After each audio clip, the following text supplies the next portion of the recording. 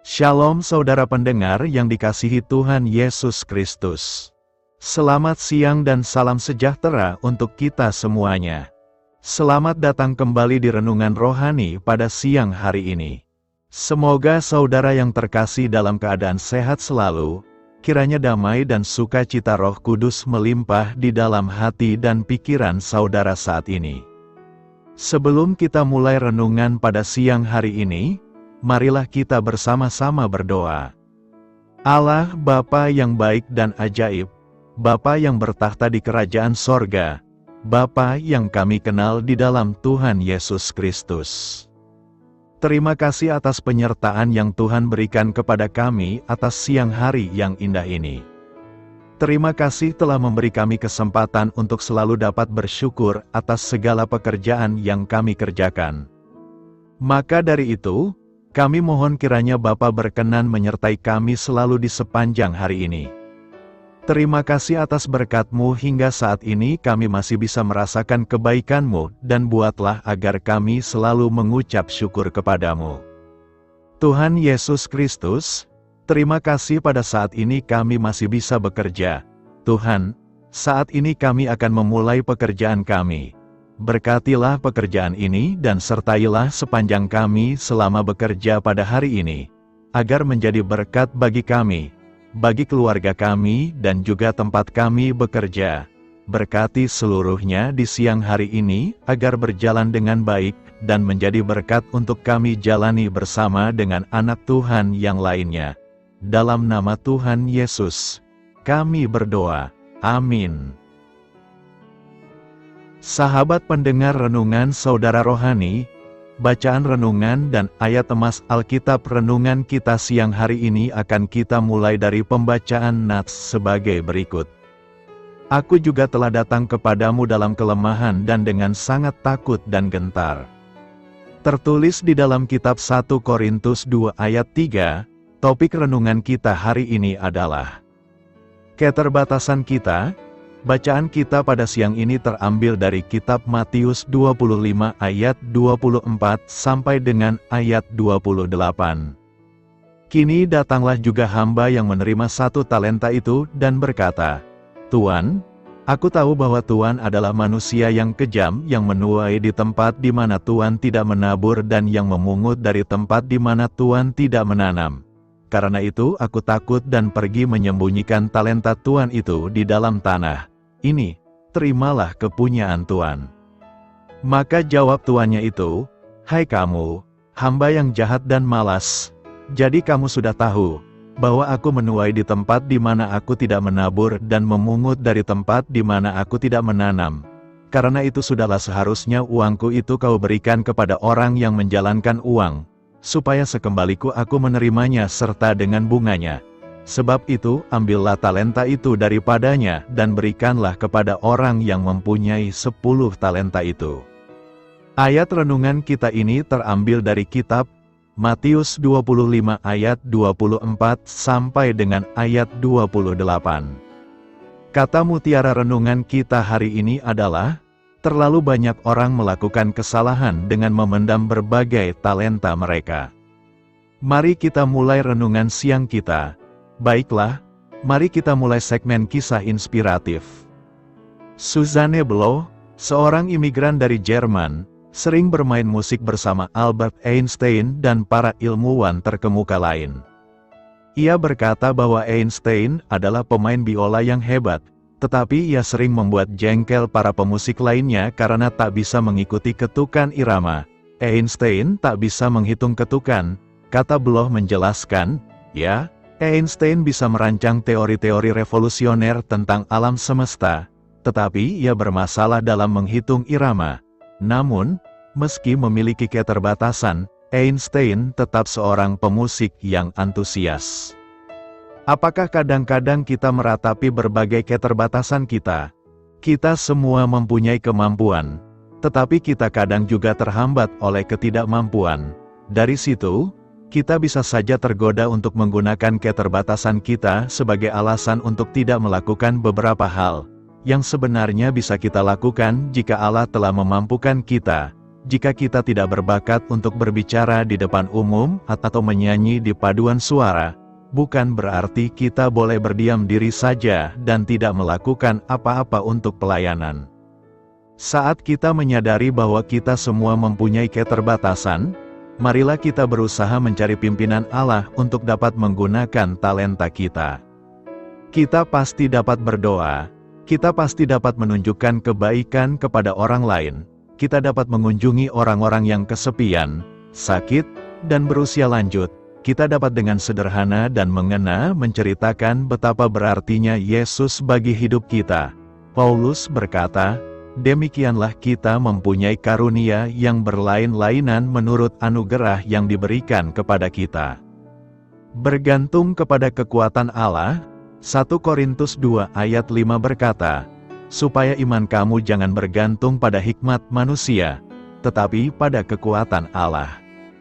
Hikmat manusia tidak bisa dijadikan pijakan dalam memberitakan firman Tuhan, sebab hikmat manusia bukanlah sumber kebebaran sejati.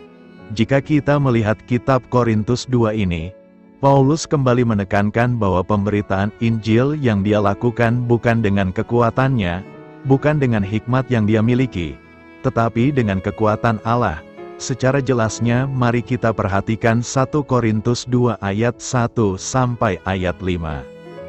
Nas hari ini menasihatkan kepada kita untuk tidak bergantung pada hikmat manusia, melainkan kita harus bergantung kepada kekuatan Allah. Apa yang dimaksud dengan bergantung kepada kekuatan Allah? Pertama, bergantung pada kekuatan Allah berarti kita tidak akan dikecewakan. Kekuatan Allah tidak mengecewakan, tetapi memberikan penghiburan dan kemampuan untuk mengatasi segala hal. Kedua, bergantung pada kekuatan Allah berarti kita harus memenuhi hari dan pikiran kita dengan hikmat Tuhan. Untuk mengerti hikmat Tuhan kita harus memenuhi setiap hati dan pikiran kita dengan firman kebenaran, agar dengan cepat kita mengerti jawaban dari hikmat Allah. Ketiga, bergantung pada kekuatan Allah berarti kita harus dipenuhi Roh Kudus. Roh Kudus yang ada di dalam hati kita selalu siap memberikan hal yang belum kita ketahui. Pengetahuan tentang Allah pun dapat dinyatakan bagi kita. Dalam Roma 8 ayat 14 disebutkan, "Semua orang yang dipimpin Roh Allah adalah anak Allah." Kata "dipimpin Roh Allah" artinya orang-orang yang telah mengizinkan Roh Kudus untuk menuntun atau menggiring seperti gembala menggiring domba-dombanya ke padang rumput yang hijau dan tempat yang bermata air. Karenanya izinkan Roh Kudus memimpin hidup kita. Perbanyak waktu dalam doa, pujian dan menyembah Tuhan, sampai kita benar-benar menikmati kehadirannya, yang membawa kita kepada hikmat-Nya dan damai sejahtera. Bagi yang selama ini menjadi orang percaya, namun Anda masih ragu-ragu bahkan menganggap bahwa karya Roh Kudus hanya terjadi dalam masa gereja di zaman lampau, ingatlah nasihat Tuhan Yesus yang berkata, "Lebih baik aku pergi, sebab bila aku tidak pergi maka penghibur itu tidak datang. Dan kalau ia datang, ia akan mengisafkan dunia akan dosa, kebenaran dan penghakiman." Orang dapat diinsafkan akan keberadaannya, segala kelemahannya, semuanya itu hanyalah pekerjaan Roh Kudus. Terimalah dengan rendah hati, maka Ia akan masuk dan memimpin engkau, serta dengan hikmat-Nya kita akan melewati masa-masa sukar ini dan menjadi pemenangnya. Karena itu, teruslah bergantung kepada kekuatan Allah. Selamat berkarya untuk Tuhan, saudaraku yang paling hina. Matius 25 ayat 40 berkata, "Dan raja itu akan menjawab mereka, Aku berkata kepadamu, sesungguhnya segala sesuatu yang kamu lakukan untuk salah seorang dari saudaraku yang paling hina ini, kamu telah melakukannya untuk aku." Menolong orang yang sepadan dengan kita itu biasa sebab mereka juga akan membalas kebaikan itu pada kita. Apalagi menolong orang kaya itu enak karena mereka pun akan segera membalasnya. Tetapi menolong orang yang paling hina adalah perbuatan yang mulia sebab mereka kesulitan membalas budi baik kita. Ungkapan, saudaraku yang paling hina, umumnya dipakai Matius untuk menunjuk jemaat Kristen. sedangkan semua bangsa menunjuk pada semua orang non-Kristen. Pertanyaan pokok yang mau dijawab Matius adalah, apa yang akan dilakukan Allah terhadap mereka yang berada di luar jemaat Kristen? Kriteria bagi mereka saat pengadilan terakhir adalah bagaimana mereka memperlakukan pengikut Kristus yang menderita dan membutuhkan bantuan, khususnya para pengkhotbah atau misionaris yang berkeliling mewartakan Injil. Lebih lagi di sini Yesus menyamakan dirinya dengan mereka yang paling kecil. Hal yang sama dia katakan saat pertobatan Saulus di jalan menuju Damaskus. Menganiaya jemaat sama dengan menganiaya Tuhan. Dengan perumpamaan ini, kita semua terhibur dan mendapat wawasan baru. Di dunia ini tidak semua orang membenci kita. Ada banyak sekali yang baik budi dan mengasihi kita. Tuhan pasti tidak akan melupakan mereka yang berbuat baik kepada umatnya. Di lain pihak, para pembenci dan penganiaya jemaat akan mendapat penghakiman yang setimpal. Kalau keadilan tidak ditegakkan di dunia ini, masih ada Sang Hakim Agung yang akan mengadili mereka. Tentu saja perumpamaan ini tetap mempunyai pesan universal. Di akhir zaman akan ada pemisahan. Ini mengejutkan semua pihak, baik yang di kiri maupun yang di kanan. Gaya khas sastra apokaliptik memang demikian. Pengenalan utuh akan anak manusia baru terjadi pada akhir zaman, di mana dia bersembunyi. Selama ini, ternyata ia dapat dijumpai dalam kesederhanaan dan kelemahan. Itu sebabnya banyak orang tidak melihatnya, sebab dia biasanya lebih sering dikaitkan dengan semua yang serba maha, maha besar, maha mulia, maha kuasa, dan sebagainya. Wawasan kita akan Kristus dengan ini semakin diperkaya. Kristus, Sang Raja Mulia, baru akan kita temui nanti di akhir zaman, saat ia tampil sebagai hakim. Untuk saat sekarang ini, ia berkenan dijumpai dalam diri orang-orang kecil dan sederhana, yakni mereka yang lapar, haus, telanjang, dalam penjara, dan sebagainya. Kita juga belajar bahwa kasih tidak pernah anonim. Ia selalu punya nama. Meskipun tidak tampak, kasih selalu berarti berpartisipasi dalam kasih Kristus. Entah disadari atau tidak, entah diakui atau tidak, di mana saja kasih dijalankan, disitulah kasih Kristus terwujud. Tidak peduli bendera dan agama si pelaku, kasih Kristus dapat terwujud melampaui batas-batas agama, suku, dan bahasa. Apa makna inspirasi dari melakukan segala sesuatu kepada orang paling hina? Pertama, segala sesuatu yang kita lakukan untuk sesama kita yang paling hina sekalipun, ternyata hal itu kita lakukan bagi Tuhan. Hal yang sama berlaku sebaliknya. Bahasa hariannya, tidak ada satupun kebaikan, sekecil apapun yang kita lakukan, yang sia-sia. Kedua, inspirasi perbuatan baik itu sederhana saja. Memberi makan, minuman, pakaian, sapaan, kunjungan, dan keramahan kepada sesama itulah inspirasi perbuatan baik kita. Ketiga, kalau demikian, semoga kita pun termotivasi untuk melakukan kebaikan kepada sesama dan tidak berlaku semena-mena kepada orang lain, terutama yang paling hina. Sebab, segala sesuatu yang kita buat bagi mereka, ternyata tertuju bagi Tuhan yang Maha Kuasa. Karena itu, lakukanlah segala kebaikan dengan setulus hati kepada semua orang tanpa pilih bulu. Di sebelah luar tampak benar di mata orang. Matius 23 ayat 28 berkata, demikian jugalah kamu, di sebelah luar kamu tampaknya benar di mata orang, tetapi di sebelah dalam kamu penuh kemunafikan dan kedurjanaan. Kadang manusia hidup penuh dengan sandiwara. Memang dunia ini adalah panggung sandiwara, tetapi hidup orang percaya bukanlah demikian adanya. Orang percaya haruslah tampil sesuai dengan apa yang diimaninya. Orang percaya sejatinya meninggalkan panggung sandiwara, kelihatan benar di mata orang, tetapi ternyata dirinya adalah orang munafik dan durjana. Matius pasal 23 ini berisikan tentang kecaman Tuhan Yesus terhadap ahli-ahli Taurat dan orang-orang Farisi. Mengapa mereka dikecam? karena mereka hidup dalam kemunafikan. Artinya hidup mereka penuh kepalsuan. Apa yang tampak dari luar berbeda dengan apa yang ada di dalam mereka.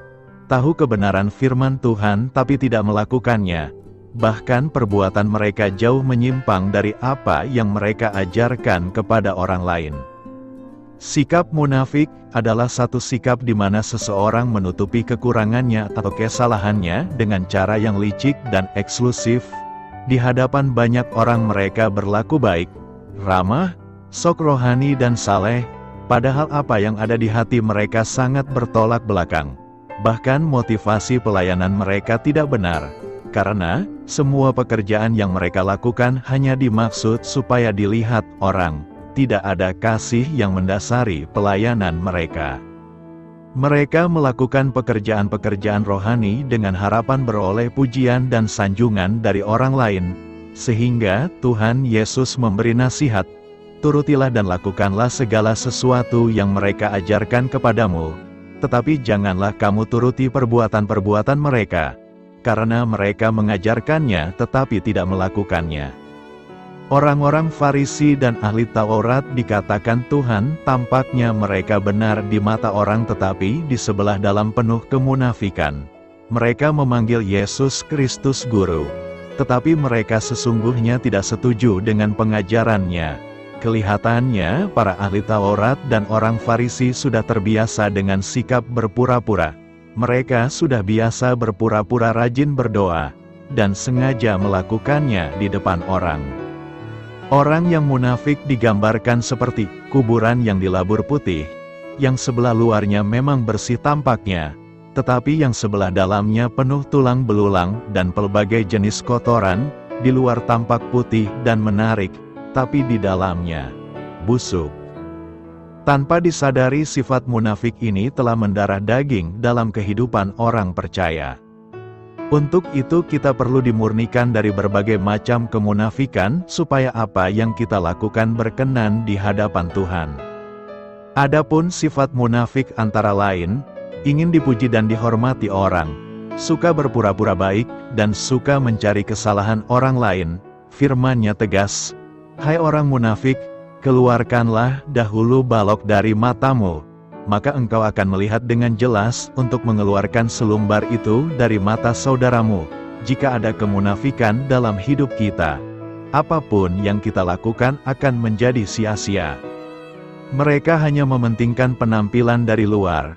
Tahukah saudaraku bahwa kebanyakan orang hari-hari ini hanya mementingkan penampilan dari luar? Kadang sang suami berpikir, bagaimana istri saya dapat bahagia bila saya belikan ia kosmetik yang mahal? Saya baru pulang dari luar negeri, saya belikan ia sepatu dan baju yang mahal. Saya selalu mencoba untuk mengumpulkan uang yang banyak, agar saya dapat memberikan ia uang yang banyak. Dengan melakukan hal itu, saya yakin istri saya pasti bahagia. Tetapi, ia tidak perlu tahu tentang hidup saya. Kalaulah saya masih suka berzina dengan wanita lain, itu adalah hal biasa. Karena saya sebagai lelaki normal masih bisa tertarik dengan kesenangan dunia. Karena itu, mari buanglah segala kemunafikan, dan mari kita berusaha hidup benar di hadapan Tuhan dan juga manusia.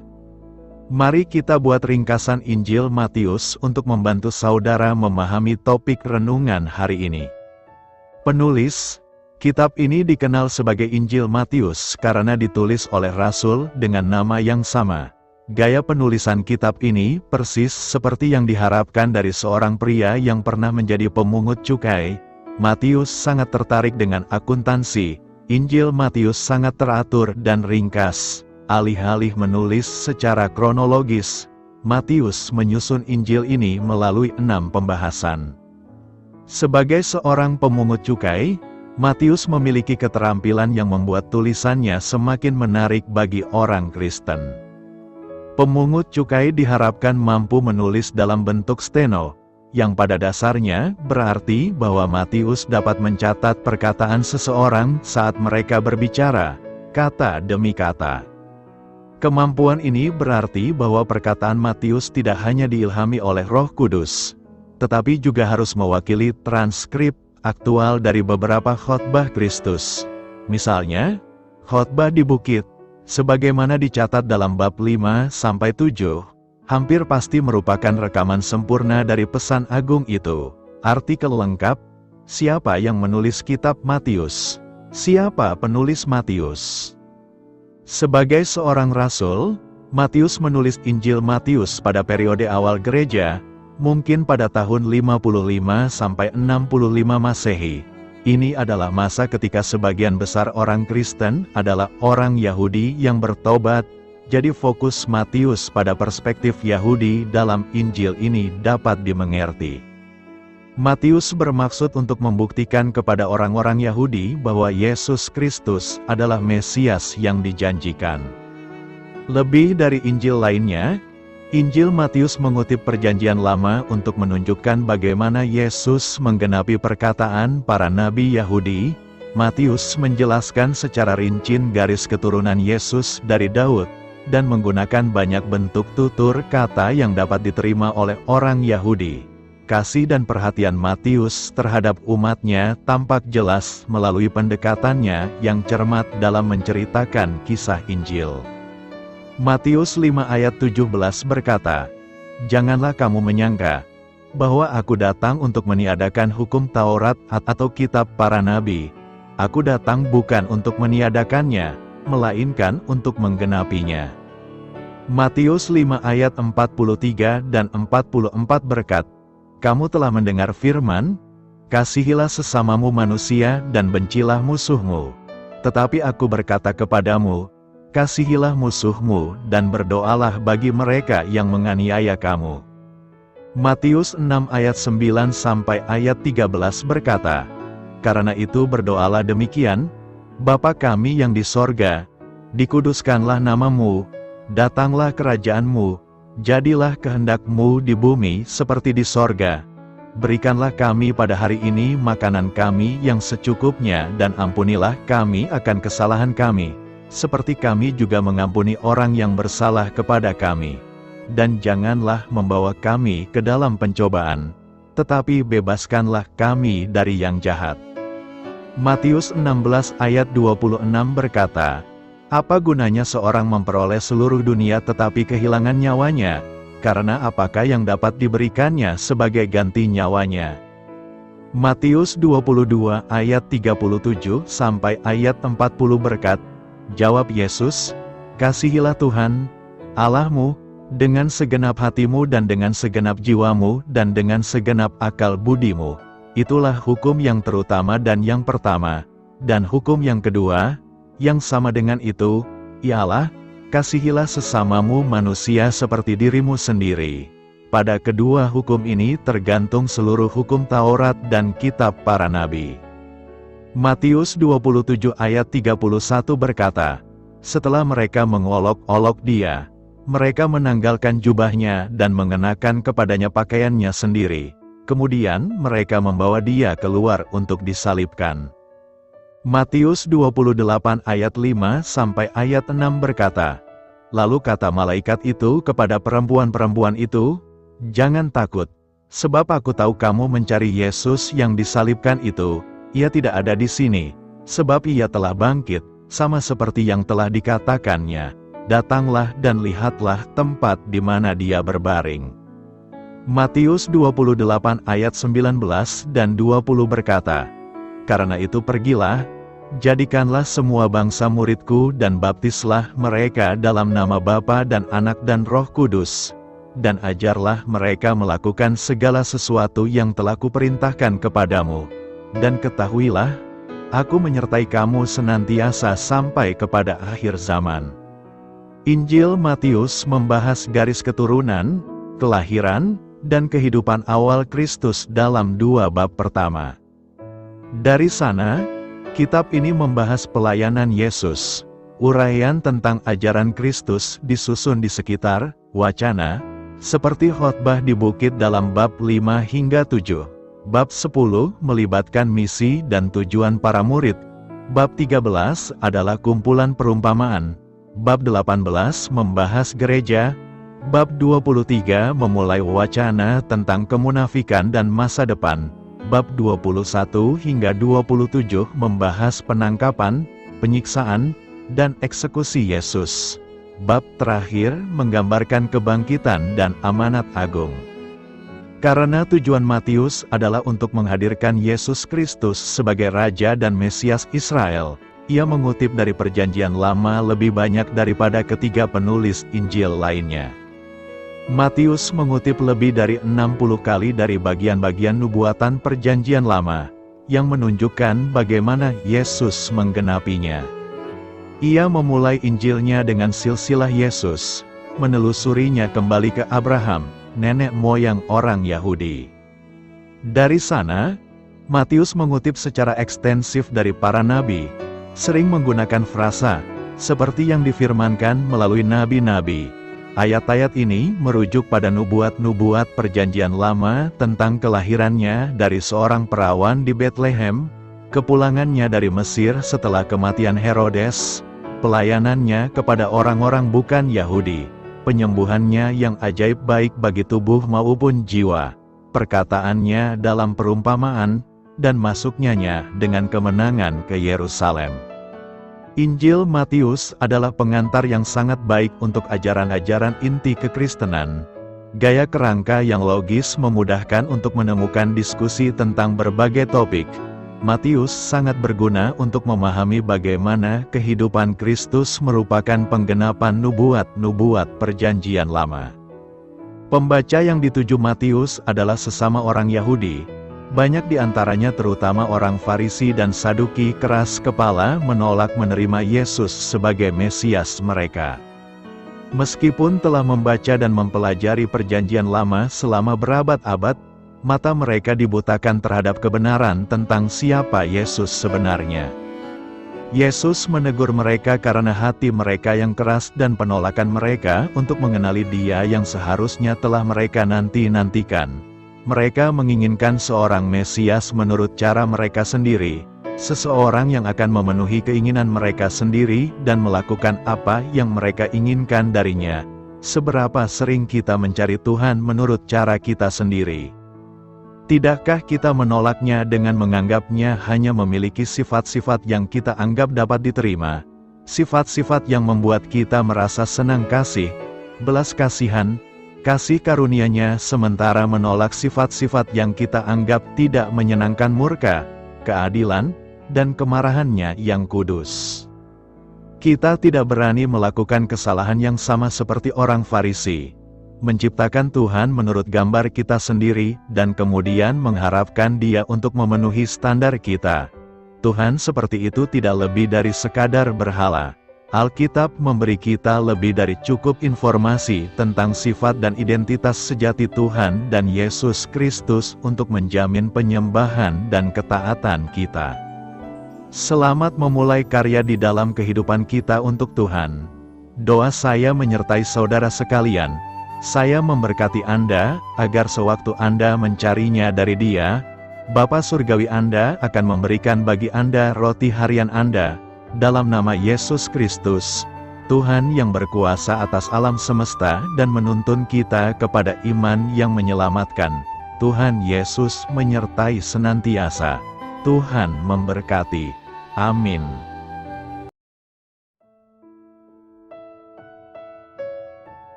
Demikianlah renungan firman Tuhan pada siang hari ini. Semoga menjadi kekuatan di dalam hidup kita dan menjadikan kita pribadi yang lebih sukses. Sebelum kita memulai aktivitas hari ini, marilah kita berdoa. Bapa kami yang ada di sorga, terima kasih atas kasih dan kebaikan Tuhan yang begitu besar buat kami. Tuntunlah perbuatanku agar di sepanjang hari ini saya bisa bekerja sebaik-baiknya, tidak pernah jemu menolong sesama, selalu ramah dan tahu terima kasih, menghayati iman dan mengamalkannya dengan sekuat tenagaku. Semua ini saya sampaikan kepadamu dengan pengantaraan Kristus, Tuhan kami. Allah, Bapa kami bersyukur kepadamu, bahwa dengan bekerja kami boleh ambil bagian di dalam karya-Mu mensejahterakan dan membahagiakan umat manusia. Kami mohon bimbingan-Mu dalam melaksanakan pekerjaan kami hari ini. Bimbinglah kami agar sanggup bekerja dengan semangat kasih, dengan riang, rajin dan jujur. Terima kasih, Tuhan. Amin. Dalam nama Tuhan Yesus Kristus Tuhan dan Juru Selamat kami, Bapa kami yang baik, kami mengucap syukur dan berdoa. Amin. Biarlah firman Tuhan menjadi pengingat untuk kita semua, bahwa tuntunan dari Roh Kudus akan selalu memberi jalan keluar bagi setiap permasalahan hidup kita, dan memberi kedamaian di hati kita.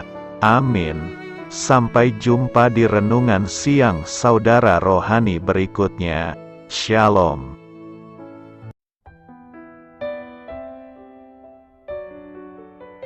Halo untuk semua pendengar saudara rohani yang terkasih di dalam nama Tuhan Yesus Kristus dimanapun berada.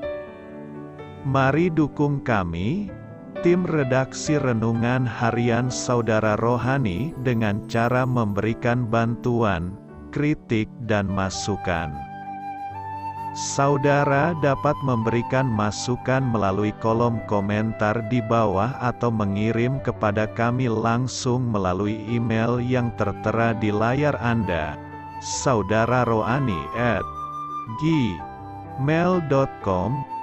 Jika saudara terberkati melalui renungan ini, saudara dapat mendoakan kami dan memberikan bantuan lainnya dengan mengirim email kepada kami. Saya berdoa agar saudara sekalian bahagia dan sehat selalu. Amin.